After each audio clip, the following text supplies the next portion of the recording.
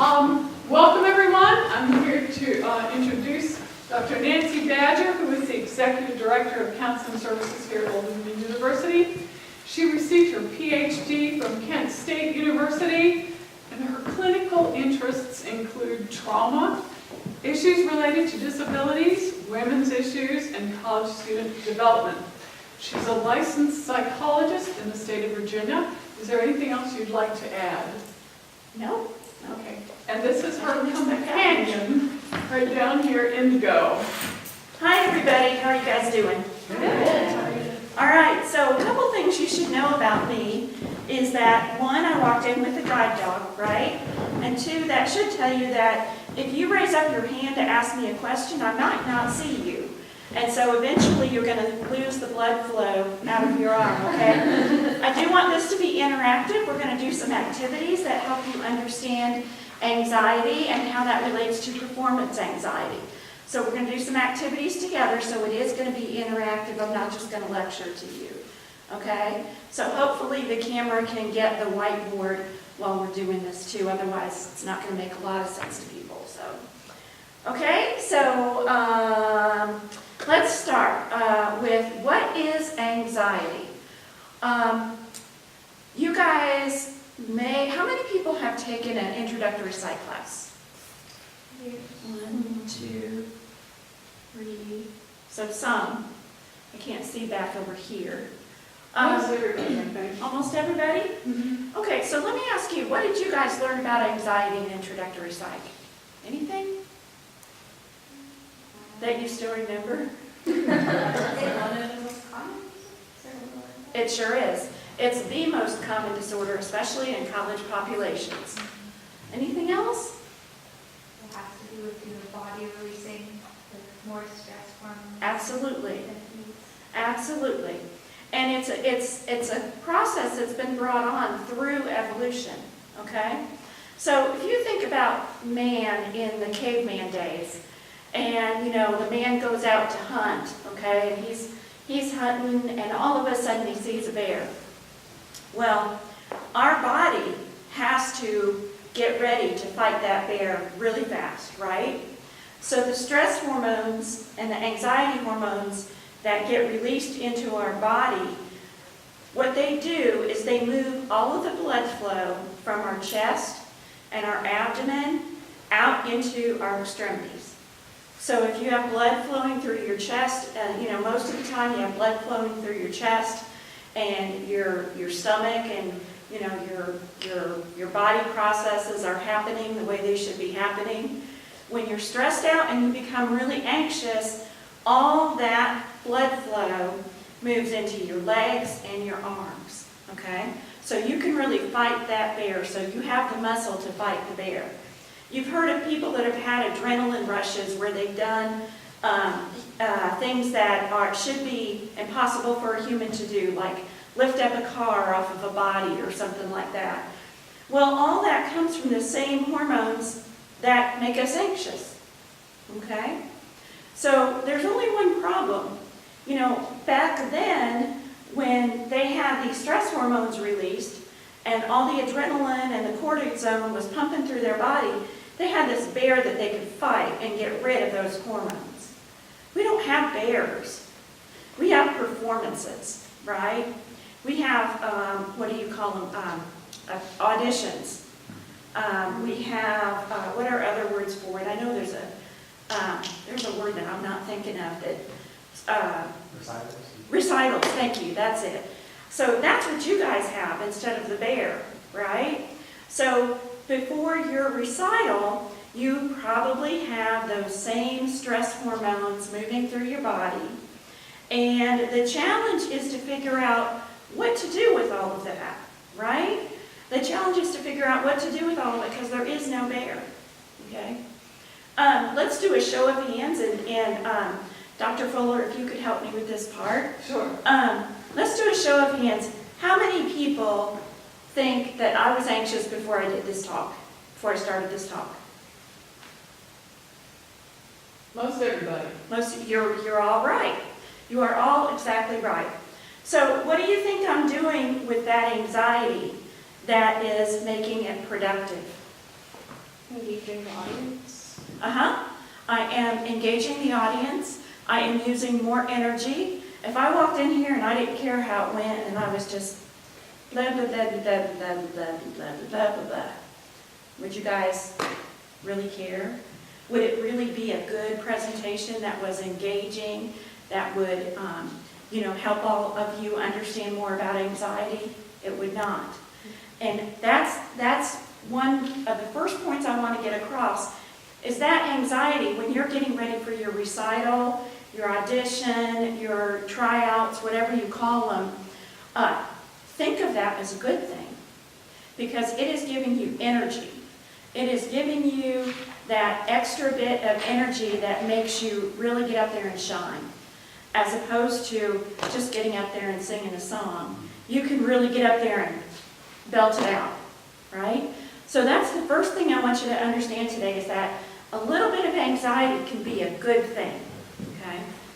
So what do you think determines whether or not anxiety is a good thing or not so good thing?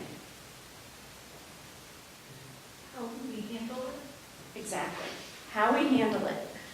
And I'm going to teach you today some ways to handle your anxiety to help it be a good thing, to help it be something that you can really use to make your performance even better, even stronger, to make it really shine, okay? So that's what we're going to learn today. Before we start, though, it's important to figure out how we know when we're anxious. So this is an erasable one, right? Yes. Okay, that's good.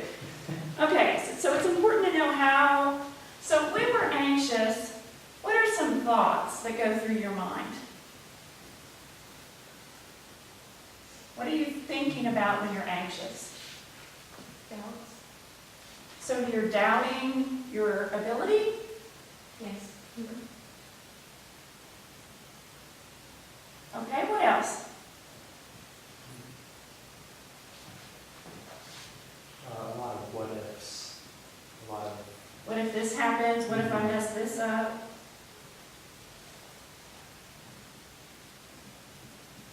Okay, what else? What other people are thinking? What are those other people thinking? What will they think? Okay, what else? Sometimes nothing at all. So help me understand that a little bit more. You're not thinking anything? To, like, you know that you're getting anxious, and then suddenly that's all you can think about is, I'm anxious, I'm anxious, I'm anxious. So you're thinking about the anxiety. So the anxiety becomes your focus. Okay, what else?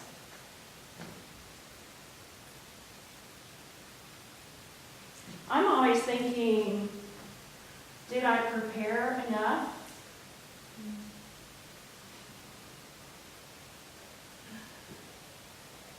Enough?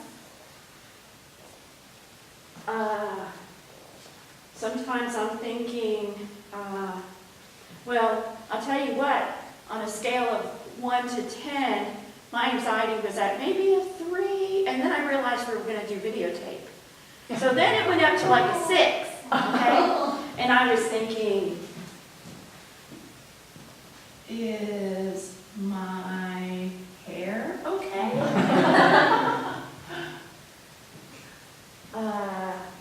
And so on and so forth. Do I look okay? Did I practice enough? All of those are the kinds of thoughts we think when we're anxious, right? So what are some things that happen in our body when we're anxious? Body sensations. How do you know physically when you're anxious? get clammy hands. Clammy?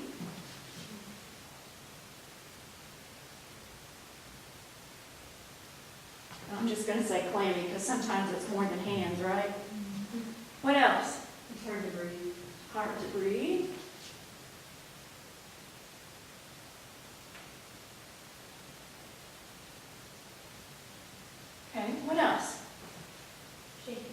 Shaking?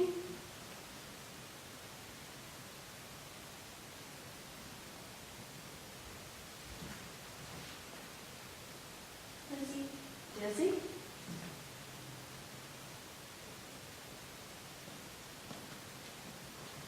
So increased heart rate. Uh-huh. I'm just gonna say racing heart, does that do it?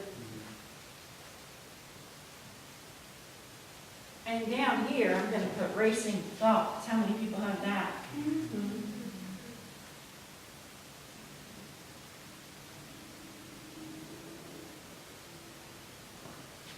Okay, what else? I think it was cool. Cold? Think about why that is. Remember what we said about the blood flow? It's moving into your extremities, so you're gonna get colder, yeah. What else? tight chest. Tight chest, yeah. Trouble breathing, yeah.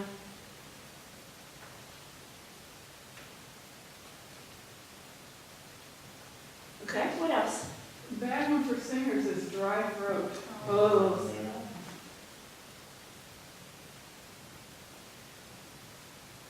That's why I brought my coffee. It's not the most healthy thing, but, you know. Okay, what else? Okay, so when you get anxious, there are things that happen to your body. There are thoughts that we think. There's also behaviors, things that we do. What do you guys do when you get anxious? Fidgeting. Fidget? I don't know how to spell fidget. F-I-D-G-E-T? We'll just say that's right. What else? I have a hard time articulating my thoughts, like telling people how I'm feeling. So you kind of get tongue-tied. Yeah.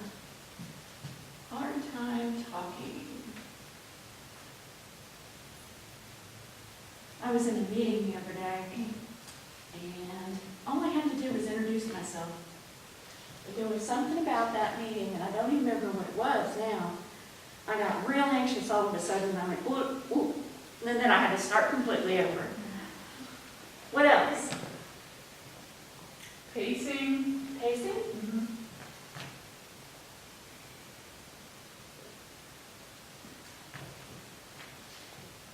You become more forgetful. More forgetful? What about sleeping? What does it do to sleep? You lose a lot of sleep.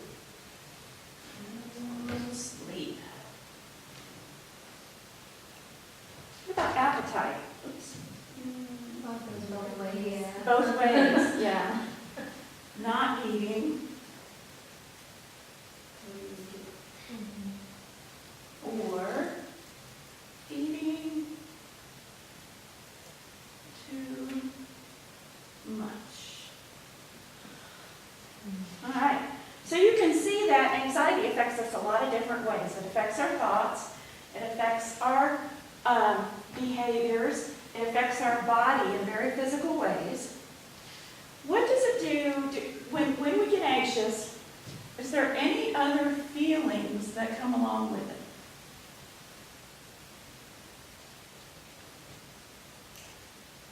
Fear. Fear, okay. Do you know that fear is an underlying emotion? And a lot of times when we get angry or anxious or anything like that, fear is underneath it. Fear of something about to happen or fear related to something that's already happened. That's true with anxiety, anger, depression, lots of stuff. What are some other feelings? Flustered. Flustered?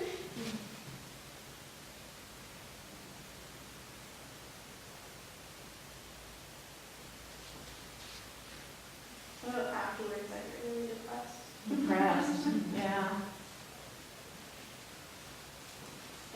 Like, you do start thinking, I didn't do as well as I thought I would. It's more like coming down off of the high of being anxious, and then it's just like, oh no, what did I just do?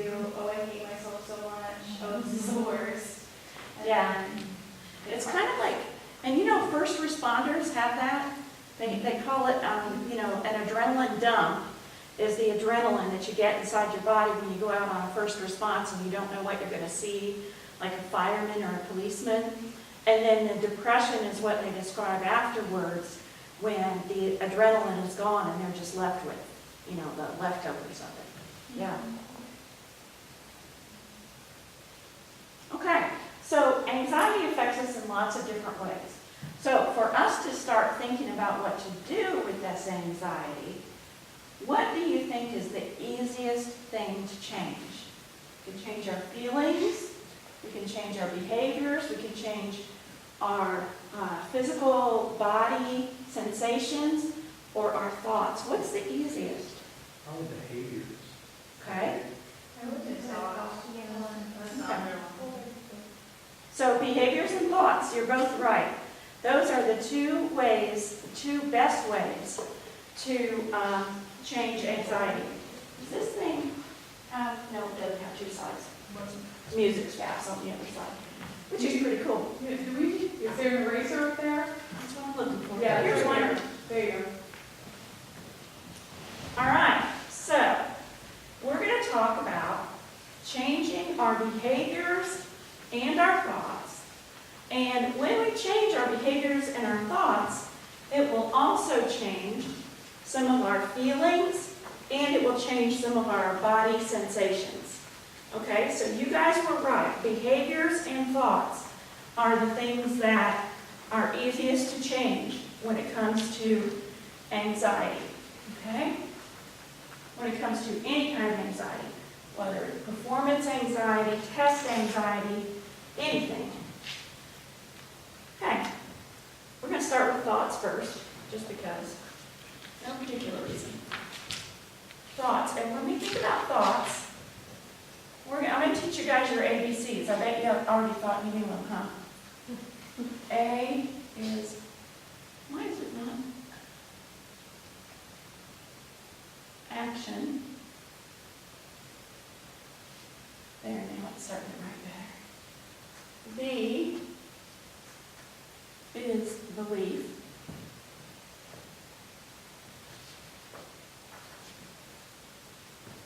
C is consequence.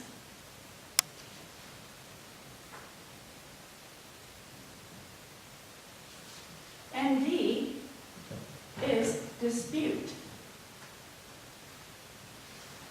Those of you that have taken Psychology 101, have you seen anything like that before? Okay. This is the basis for what we call cognitive therapy, okay? Therapy that focuses on what we're thinking and how we need to change what we're thinking, okay?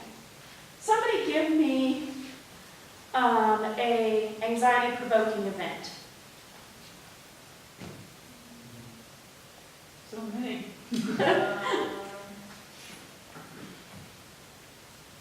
Having a solo. Okay.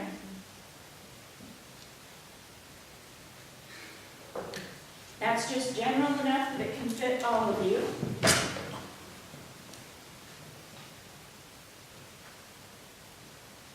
So that's the action. That's what's happening, okay? Is you know that you have a solo coming up, all right? What are some of your beliefs about that solo? Not you in particular, but everybody's in the room. If you're about to have a solo, what are your beliefs about that solo? You're on your own. You are on your own. You are out there by yourself.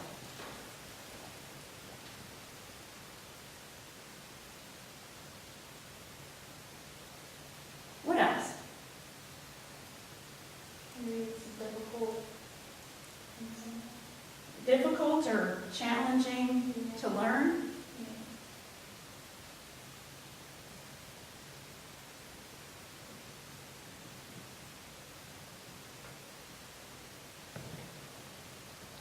What else?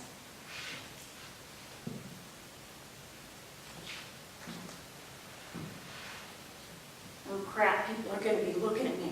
I'm gonna stand out. I'm going to stand out.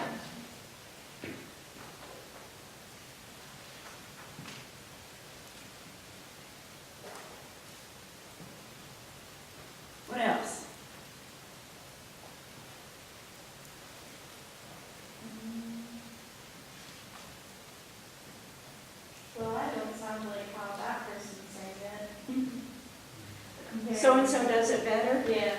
Okay. Blank does it better.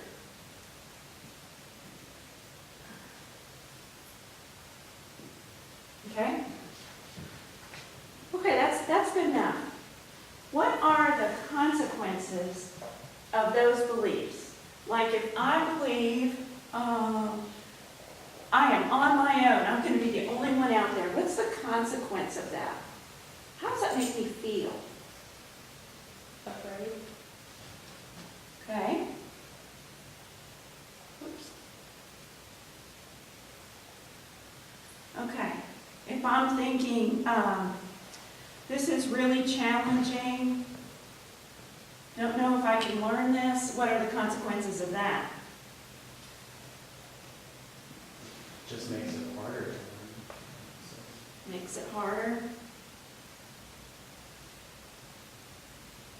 Does it not make you have a little bit more of that anxiety?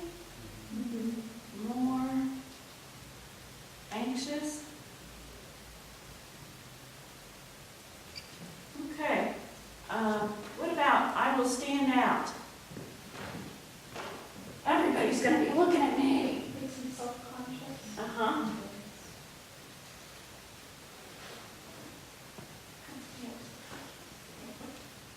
Conscious. Let's see. SCIOUS.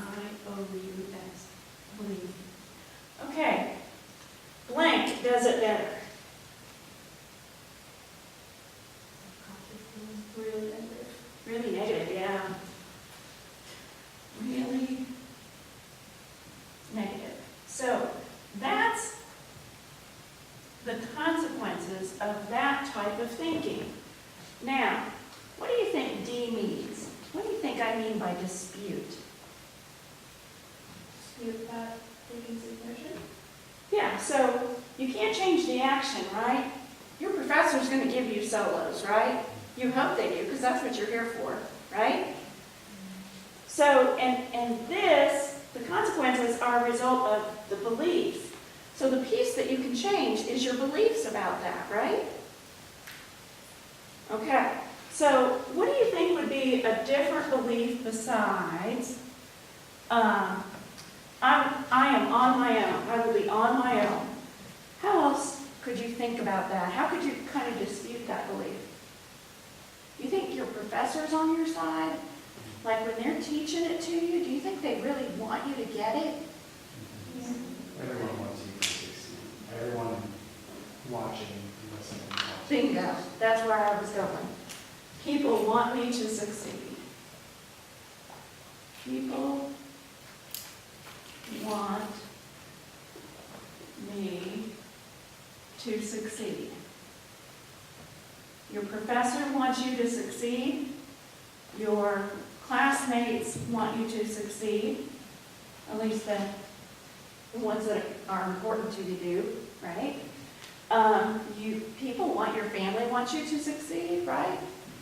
You have lots of people behind you who want you to, ODU wants you to succeed, right? Everybody that's in student engagement, enrollment services, we're all about student success. We want you to succeed, right? So you're not really on your own. You might be the only one up there at the moment, but when it comes down to it, you're not really on your own, okay? So what's another way to think about, oh, here it is. What's another way to think about my solo is challenging to learn? It'll make me grow. Mm-hmm. This challenge will make me grow.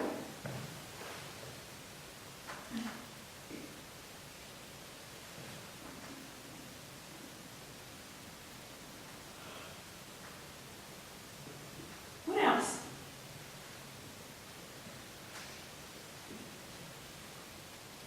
How many freshmen do we have in here? Not very many, right? How many sophomores? One, 2 sophomores. 2 sophomores, juniors? 3. 3 seniors? 3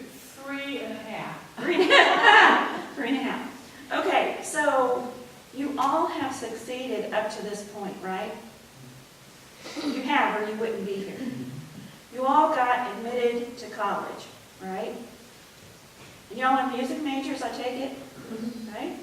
Okay, so you all got admitted into the music program, right? You have to do a tryout or something to be admitted to the music. Yeah. And you made it. Every single person in this room made it. But now, all of a sudden, you're convinced that you can't do this one. Okay? Even when all of the evidence in the world suggests that you have gotten this far. You haven't failed too many tests or you wouldn't be here. You haven't failed too many solos or you wouldn't be here. Right? And so we have all this evidence, and then we're convinced that we're not going to make the next one. Somebody said to me one time, I was doing my master's actually, but not in counseling. And somebody said to me, why do you think you can't pass this test? And I said, it's really hard. And they said, but you're a master's degree student. You have taken hard tests since day one, and you've passed them. So why would this one be different? Okay? So the evidence that it's challenging, yeah, it might be challenging, but it's not too challenging. It's not challenging to the point that all of a sudden your professors are asking you to do something that they don't think you can do, right? I mean, why would they do that? So they're asking you to grow, but they have a belief. They have a belief in you, okay? And you have demonstrated your ability up to this point. So another good thought right here is, I made it this far. This far. Why wouldn't I keep going? Why would this be the one that gets me? And another thought here, and this is important, I am prepared. So you want to know what the biggest antidote to anxiety is? That's it, preparation. Or in you guys' case, practice. Okay? So, see, I've been talking too long. So practice or preparation is the biggest antidote to anxiety. There's only one thing about that. You have to practice it the right way. Right? There's an old saying that says, practice makes perfect. And psychologists have changed that to where it says, correct practice makes perfect. Okay? If I want to learn how to play the piano and I'm not practicing it the right way, I can practice it till the cows come home. I'm still not going to learn how to play the piano, right? I have to practice it the right way. And I'm sure that your professors have told you that a gazillion times. But one thing to remember is I'm prepared. I have faced challenges in the past, and I have made it through those challenges.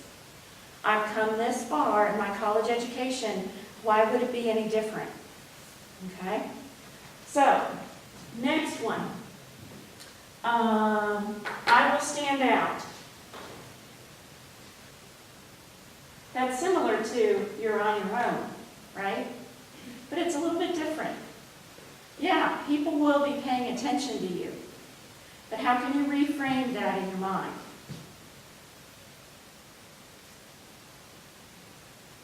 It'll be my opportunity to prove myself. Bingo. Yep. It's my time to shine. It's my opportunity to show my talent.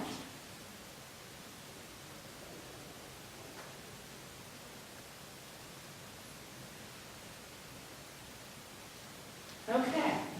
And the last one, so-and-so does it better. How can I reframe that?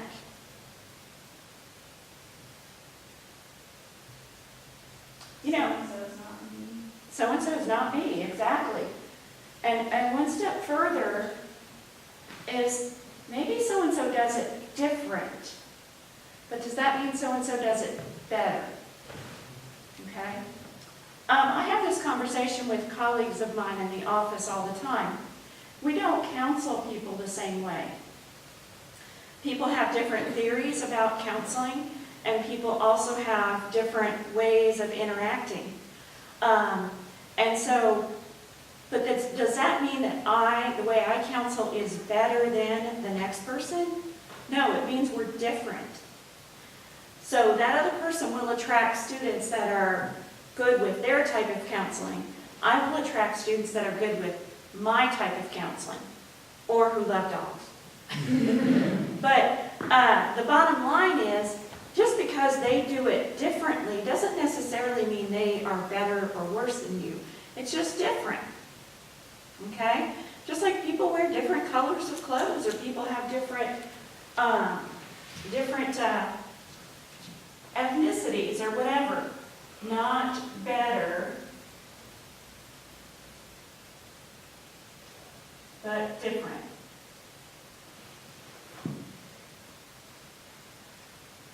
Now, I hope that what you guys will do is when you have an anxiety-provoking event, you will be able to do your ABCs. You'll be able to write down the event, and you'll be able to write down your beliefs about that event, the consequences of those beliefs, and then dispute those beliefs and come up with healthier beliefs. Because these are all examples of how healthier beliefs can get you to the point that you need to be with your anxiety. Okay? Now, is it going to happen overnight just because I say to you, okay, the next time you have a solo, you need to do your ABCs on it, okay? Is that going to just cure you overnight? No. Because a solo is like the most anxiety-producing, probably for you guys, situation, okay? Do it on lesser situations. I mean, situations that don't create as much anxiety. Like maybe you have to talk in class, or maybe you have to have a conversation with a friend that you're not looking forward to. Or maybe you have to take a test in another class that's not your major, okay? Do it on those types of situations and get really good at it, okay? If you only wait until the night before your solo to do this, you're not going to be as good at it, okay? So this is another example of where practice really, really helps, okay? So, let's talk about, well, before we go on, what questions do y'all have about this? Any thoughts? Naysayers? Okay. Okay, so let's move on to behaviors, okay? So what do you think are some good behavioral things to do to help with anxiety? Remember what we said, anxiety is created by a combination of those hormones that go through your body and your thought process. Focus on slowing your breath down. Good, deep breathing, yes. And we're going to practice some of that. What else? Maybe a routine building. So maybe having like a practice routine or like a day of a recital routine, so that you're there's a lot less what ifs going into that day. Having a routine for what you do when you're anxious, knowing what you're going to do, knowing what time you're going to get up, knowing what you're going to eat, knowing the best foods, the best drinks to get your throat working appropriately. Is it lemon juice? I've always heard lemon juice. No? Well, yeah, but not just lemon juice. Oh, okay. Yeah. Lemon and water or whatever. Whatever you guys use to get your throat working the best way, it can work. See, this isn't bothering me in the least. It's you guys that have this. Okay, so let's talk about. I'm going to sound like your wellness professional here for a second. One thing is good exercise. Remember how we talked about those hormones going through your body? Well, what do you do with those hormones? You need to get rid of them physically. You need to really either run or lift weights or do something that will keep, those hormones moving through your body and out of your body. Because if they stay in your body, then that's when you end up with the depression and all of that. So one really good thing to do on the morning that you get up before your solo is to go give yourself a little bit of a workout. Not more than you can handle, okay? Not, don't give yourself an extreme workout that you have never done before. But your regular workout, your regular exercise, that's really good to do before your solo, okay? What else? What else do you think is a good wellness thing to do?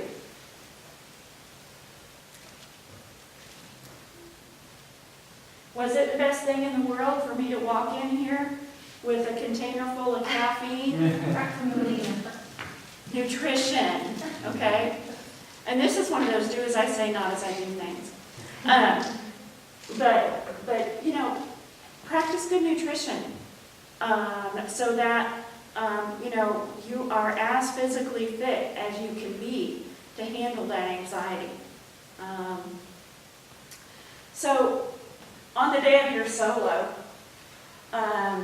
would you maybe stand out in the hallway and talk to the other 5 people that are just as anxious as you? Would that work? Not for me, I would absorb their anxiety. Exactly. That's what I was getting to. Yeah. So you really don't want to be around all the anxious people in the world. You really want to just kind of be somewhere calm and be somewhere by yourself where you can calm yourself down. You can tell yourself your disputing thoughts, like we talked about, that I have done well at all the solos I've done so far. Otherwise, I would not be a junior in college in the music program, right? So you can tell yourself those thoughts before you go on the stage. You can tell yourself that anxiety can be a plus, like we talked about at the very beginning. Anxiety can be a plus, and I'm going to take this anxiety and I'm going to push it into doing the very best job that I can. Okay? There's also another behavioral trick. It's actually a trick that includes both thought and behavior. And I'm gonna practice it with you now. As I do this, I will tell people that if you have any sort of a mental health issue where you dissociate sometimes, or where you tend to have a problem, reconnecting, then you will just want to sit quietly and not do this. But what I would like to do with you is a visualization exercise, okay? And this is an exercise that you can do the days before, every day before you get up there and do the solo, okay? So anybody who does not want to do it can just keep their eyes open, sit quietly so others can benefit from it and nobody will know the difference, okay? Everybody up for it? Yep. Okay. So, sit quietly in your seats. First thing we're going to do is breathing, okay? Put one hand on your stomach. You guys are probably good at breathing anyway. I hope so. Breathe in so deeply that you can feel it clear down to your stomach. Exhale. Inhale. Exhale. There's a breathing technique called the 4-7-8. You taught that? No. Okay. There's a breathing technique called 4-7-8, and this particular breathing technique is good for slowing down your heart rate. Okay? So it's breathe into a count of 4, hold your breath for a count of 7, and exhale for a count of 8. So I'm gonna count it for you right now. I can't do it and count it at the same time. I'm gonna count it for you. Okay, ready? Breathe in, 1, 2, 3, 4. Hold your breath. 1, 2, 3, 4, 5, 6, 7. Exhale. 1, 2, 3, 4, 5, 6, 7, 8. Okay, and if you will do that several times, it will slow your heart rate down. Okay. I just totally went off topic to teach you that, so let's go back to what we were doing. Okay, just keep breathing in deeply. And I want you to feel a sense of relaxation coming over your body. I want you to imagine a yellow ball of light on the top of your head. And that yellow ball of light is sending relaxation rays down through your head, through your chest, through your legs, and all the way down to your feet. Your feet are becoming very warm, very relaxed. You're losing all the tension of running around campus all day. As you breathe in again, you can feel that same warmth and relaxation coming down from that yellow ball of light into your legs. And now your entire legs are feeling more and more relaxed, more and more at peace. As you breathe in again, you can feel that same warmth and relaxation moving into your stomach. Your stomach is becoming very warm, very relaxed. You're losing all the butterflies in your stomach, all the knots in your stomach, and all the tension that has been there all day long. As you breathe in again, you can feel that same warmth and relaxation moving up through your chest. Your chest is becoming more and more relaxed. Each vertebrae from the very bottom to the very top, each rib from the very bottom to the very top is becoming more relaxed. And you can breathe even more deeply now. As you breathe in again, you can feel that same warmth and relaxation moving down your back. Your shoulder blades are beginning to separate and loosen and drop. Each vertebrae, one at a time, is becoming more and more relaxed, all the way down to your lower back. Each vertebrae, one at a time, is becoming more and more relaxed. As you breathe in again, you can feel that same warmth and relaxation over your facial muscles. Your eyelids are closing. Your cheek muscles are relaxing. Your jaw muscles are relaxing. Now you're feeling completely relaxed. Your whole body is feeling completely relaxed and content. Now I want to take you on a little trip. I want you to imagine yourself. And you're feeling very confident and very capable. And you're about to stand in front of a group of people. And you're about to do the best solo of your life. Just imagine for a minute what you're wearing.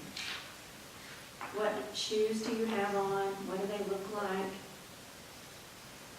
What pants or dress or top do you have on? Imagine how your clothes feel on your body. Imagine yourself feeling very confident. You have practiced this music and practiced it, and you know it. And you know that you are going to rock the house. Imagine yourself feeling very capable. You have come to this spot over years and years of practice. And there is no way that you can blow it down. So just imagine this picture, and you walk out into the lights, and you hear the applause, and you know that the audience is with you. You know that they are there for you. They're not there to critique you. They're there for you. And you start with the first note, and you have every confidence that that note is right on key, right where it should be. And you give them the performance of your life. For now, I'd like you to take this picture, all of it, what you see, what you hear, what you feel, even what you smell and taste, and take that picture and tuck it away in your mind. And you can pull that picture out anytime you want. You can pull that picture out anytime you have to visualize you doing your best, your most confident work. So tuck it away now for your own private use. And bring your attention back to this room right now. And let's talk about how the exercise was for you.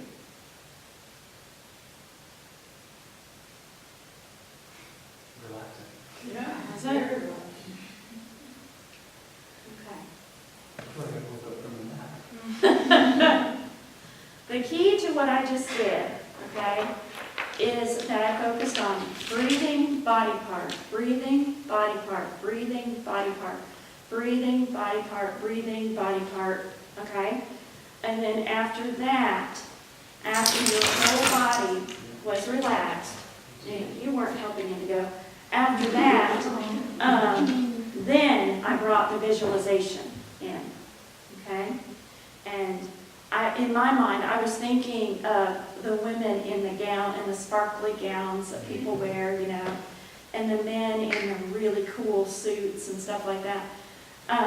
But you had yourself probably, each of you had yourself in your own favorite type of clothing that you would wear for something like that. And when you know you're about to do something, when you get an assignment for a solo or something, like you will do that every day, okay?